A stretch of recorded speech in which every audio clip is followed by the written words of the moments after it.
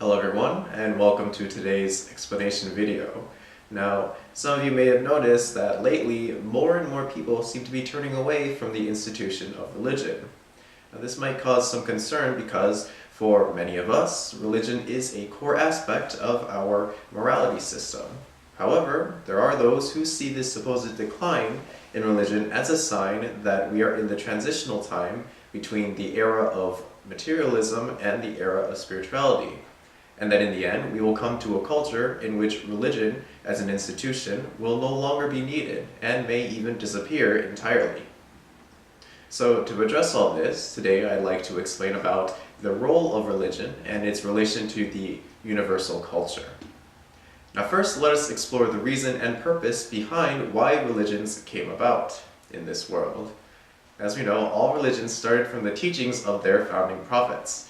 Buddhism started from the teachings of Buddha, Christianity from Jesus, Islam from Muhammad, etc., etc. And though these early religions did cause some conflicts as they grew, in reality their main purpose was to unite people within the various regions of the world.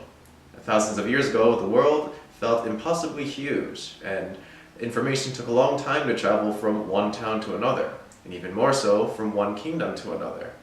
Thus, religions helped to unify the peoples of these diverse religions, such as Islam in the Arabian Peninsula, Hinduism and Buddhism in India, Confucianism in China, Christianity in Europe, etc., etc. However, centuries later, we now come to the present era, and the world is very different from the past. Planes and other modern transportation allow people to travel across the world within hours, and the internet allows information to travel across the world within seconds. So the world now feels much smaller compared to thousands of years ago. Now this change in the world's perceived size also affects the teachings needed to educate and unite the people of the world. Now in the past, the teachings of heaven's prophets had to be designed to match the language and culture that these prophets were sent to. For example, the teachings of Buddhism were centered around the cultures of East Asia, and they might not have flourished as easily in, say, the Middle East, whose cultures can more easily accept the teachings of the Abrahamic religions, Judaism, Christianity, and Islam. Now in the past, this didn't cause much issue because these cultures were so far apart from each other.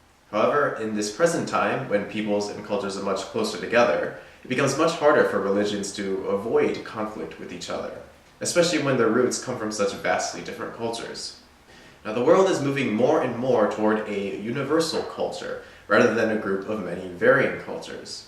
As a result of this, we now need a more universal teaching of truth. Now let me explain what that means. So truth is eternal and unchanging. God, the embodiment of truth, is a perfect example of this, unchanging regardless of place or time. Now similarly, our spirits, which came from God, are also eternal and unchanging. Enlightenment, the reconnection between our spirits and God, is also a reflection of eternal truth. But what about the teachings of religions? Take, for example, the writings of Buddha's teachings, or the practice of baptism in Christianity. So if we travel thousands of years in the past to a different location, say South America, or if we were to travel thousands of years in the future to, let's say, Australia or South Africa, would these writings and teachings still be there? They would not.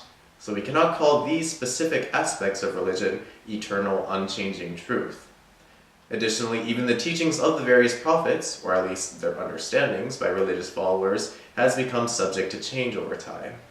Now, one of the Ten Commandments says, "Do not murder," but changing interpretations over the years meant that people continued to kill each other, giving justifications like, "Oh, it is okay because these people are from a different religion," or "It is okay because our countries are at war with each other." So if even written teachings like this, the Ten Commandments, can be subject to changing interpretations over the years, then they cannot be considered unchanging truths. However, many core ideas are shared across various religions and cultures throughout time, such as compassion and loving kindness. These are universal teachings that continue to hold true regardless of time and place. This is much closer to the original truth, that which came from God, the embodiment of eternal, unchanging truth. Nowadays, people are becoming more attracted to following these core truths and are letting go of other aspects of religious culture or ritual, seeing them as outdated or even unnecessary.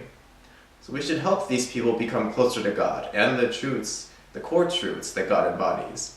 So this is done by opening the door to the spiritual third eye through the Kyudo ceremony, allowing one's spirit to reconnect directly with God and to more easily achieve enlightenment.